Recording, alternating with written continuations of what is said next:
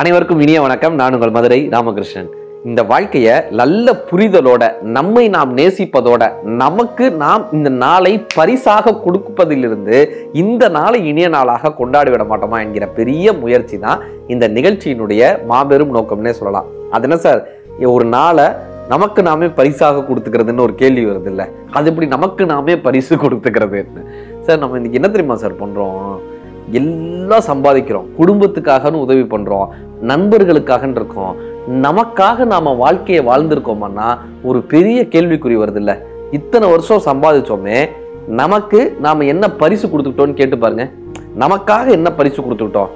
நம்ம இப்ப நமக்கு தேவையான ஒரு விஷயத்த நம்ம பண்ணிருக்கோமானா பண்ணிருக்கவே மாட்டோம் சார்.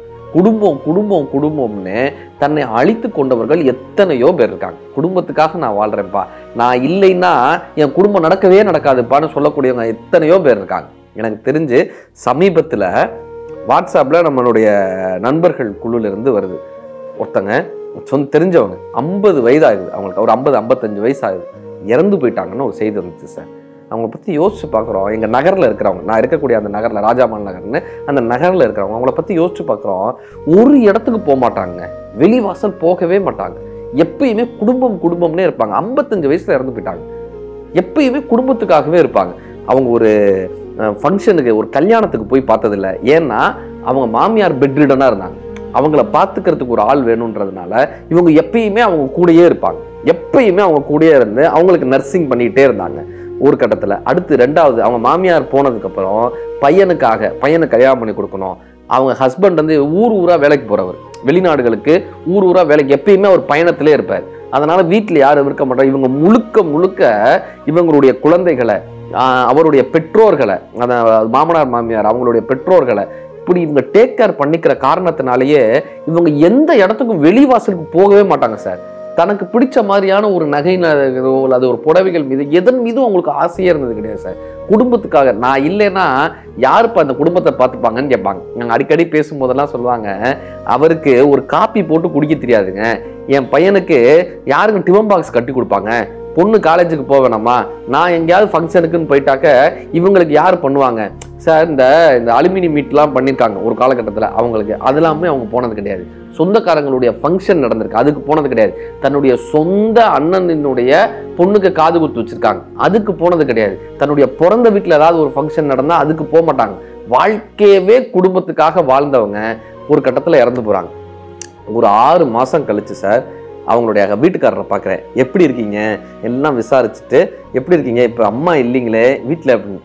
அதெல்லாம் ஒன்றும் இல்லைப்பா, ஒரு நர்ஸை வேலைக்கு போட்டோம், இப்போ அவங்க பாட்டு எங்கள் அப்பா அம்மா பார்த்துக்கிறாங்க, நர்ஸை போட்டாச்சு, அதே போல் சமைக்கிறதுக்கு ஒரு ஆள் போட்டாச்சு, வீட்டு வேலைக்கு ஒரு ஆள் போட்டாச்சு, என் பையன் அவன் பாட்டு காலேஜ் போயிட்டு வரான், வாழ்க்கை அது பாட்டு நடந்துகிட்டு இருக்கு பாட்டு கேஷுவலாக சொல்லிட்டு போனார்.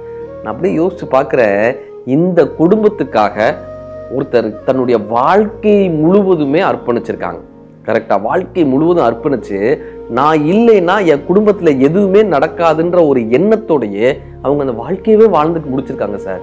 நான் இல்லைன்னா எதுவுமே நடக்காதே, இவங்க இதை சொல்லுவாங்களே அப்படின்ற ஏதோ ஒரு நினைப்புல வாழ்க்கையை வாழாமலே கடந்திருக்காங்க சார். 55 வயசை வாழாமலே கடந்திருக்காங்க சார். இன்னைக்கு அவங்க இல்லாத இடத்த சாதாரணமா ஒரு நர்ஸும், சாதாரணமா ஒரு வேலைக்கு ஒரு 4-2 பேரையும் போட்டு அந்த இடம் வந்து நிரப்பப்பட்டுருச்சு. கரெக்டா? இப்போ அவங்களுடைய வாழ்க்கை ஒரு கேள்விக்குறி வருதுல்ல? இப்படிதான் பாதி பேர் என்ன பண்றோம்னா, நம்மளுடைய குடும்பத்துக்காக, நம்மளுடைய வேலைக்காகன்னு நம்ம வாழ்க்கையவே விட்டுறோம் சார். நமக்கு நாம என்ன பண்ணிருக்கோன்றது ஒரு பெரிய கேள்வி வருதுல்ல? இந்த சமூகம் அங்கீகரிக்கும் நீங்க நினைக்கிறீங்க? இந்த குடும்பம் அங்கீகரிக்கும் நினைக்கிறீங்க?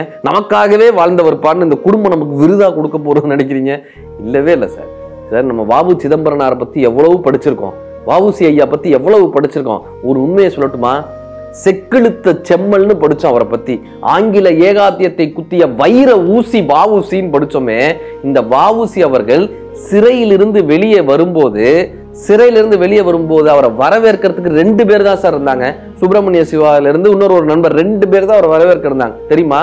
அது எல்லாத்தையும் தாண்டி வாவுசி அவர்கள் கடைசி காலத்துல மண்ணெண்ண கடை நடத்தி இருந்தாரா சார்.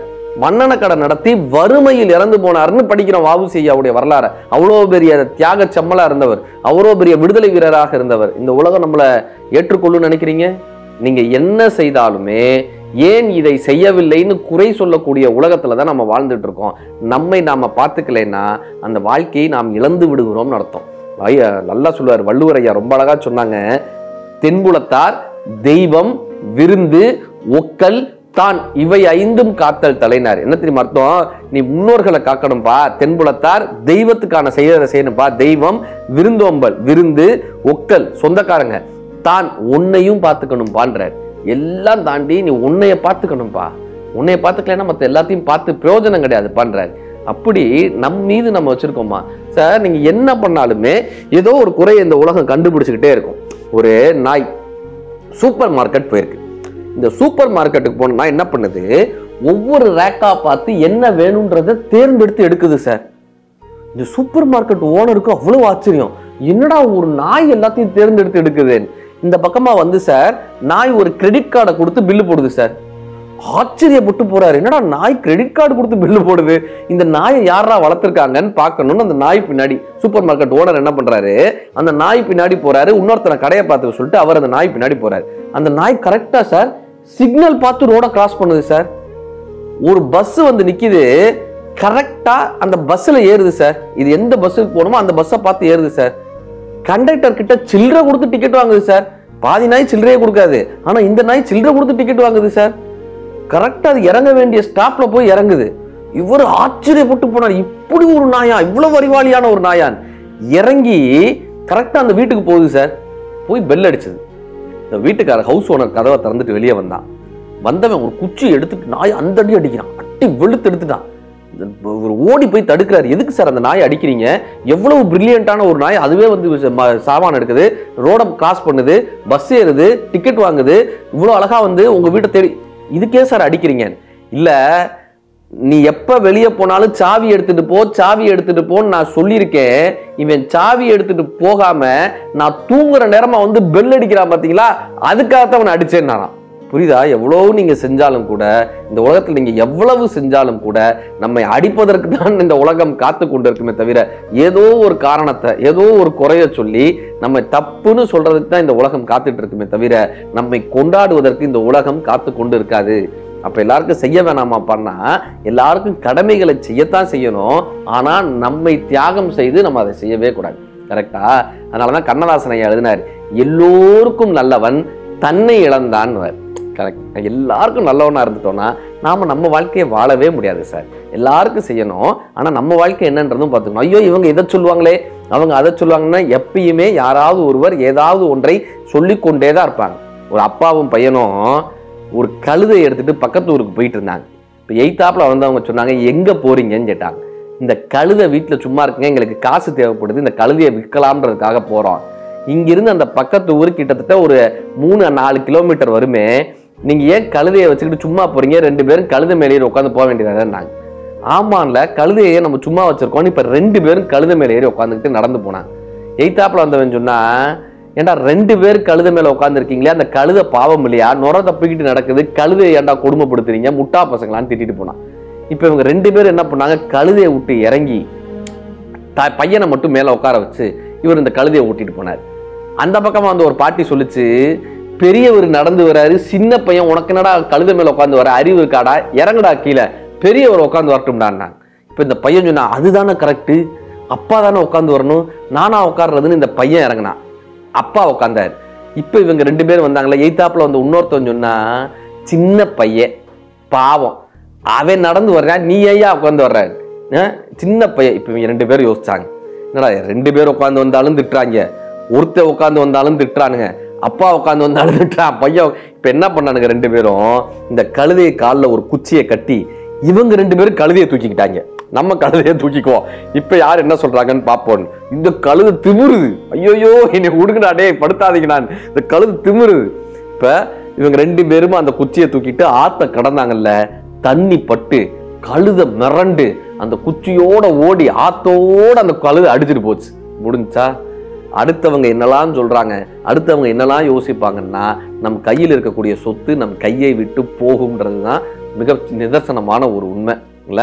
அந்த மாதிரி எப்பயுமே நமக்கு என்ன தோணுது, நம்முடைய வாழ்க்கைக்கு நாம் என்ன செய்யணும்னு சிந்திக்கிறவங்க வாழ்க்கையில ஜெயிச்சிடறாங்களே தவிர அடுத்தவர்கள் என்ன சொல்லுவாங்கன்னு யோசிச்சா அந்த இடம் நமக்கான பிரச்சனைகளை உருவாக்கக்கூடிய இடம். அழகா எழுதுனாங்க, ஒரு கவிதையில வரும், மைத்திலி கஸ்தூரின்றவங்க ஒரு கவிதை எழுதியிருப்பாங்க. முடிவு செய்த கணத்தில் தொடங்குகிறது அல்லது முடிகிறது ஒரு பயணம், துளிர்க்கிறது அல்லது முறிகிறது ஒரு நம்பிக்கை, அணைத்து வைக்கப்படுகிறது ஒரு கைபேசி, சுழலத் தொடங்குகிறது ஒரு இசைத்தட்டு, விரிகிறது இந்த அழகான வானம்னு எழுதியிருப்பாங்க. என்ன தெரியுமா அர்த்தம்? நான் கொஞ்ச நேரம் இன்னைக்கு பாட்டு கேட்கணும்ப்பா, நான் கொஞ்ச நேரம் இன்னைக்கு ரிலாக்ஸ்டா இருக்கணும்ப்பா, நான் ஒரு பயணம் போயிட்டு வரணும்ப்பா, நான் ஒரு ஒரு என்னுடைய மனதுக்கான விஷயத்த நான் செய்யணும்ப்பான்னு என்னைக்கு நமக்கு பிடித்த ஒரு விஷயத்த நாம செய்யணும்னு முடிவெடுக்கிறோமோ அன்றைக்கு ஒரு இசைத்தட்டினுடைய குரல் கேட்கிறது, அன்னைக்கு ஒரு பறவை நம்மளுடைய இதயத்துக்குள் பறக்க தொடங்குகிறது, நம் வாழ்க்கை பட்டாம்பூச்சியாக மாறுகிறது. இது சுயநலத்தின் வெளிப்பாடானா கிடையவே கிடையாதுங்க. நீங்கள் உங்களை சரியாக பார்த்து கொண்டால் மட்டும்தான் உங்கள் குடும்பத்தை நீங்கள் மகிழ்ச்சியாக பார்த்து கொள்ள முடியும். இந்த சமூகத்திற்கு உங்களால் மகிழ்ச்சியாக சேவை செய்ய முடியும். நாம் நமக்குள் மகிழ்ச்சியாக இல்லாத போது நம் குடும்பத்தில் நாம் அந்த மகிழ்ச்சியை கடத்தவே முடியாது. உங்களை பத்திரமாக பார்த்துக் கொள்ளுங்கள். நன்றி.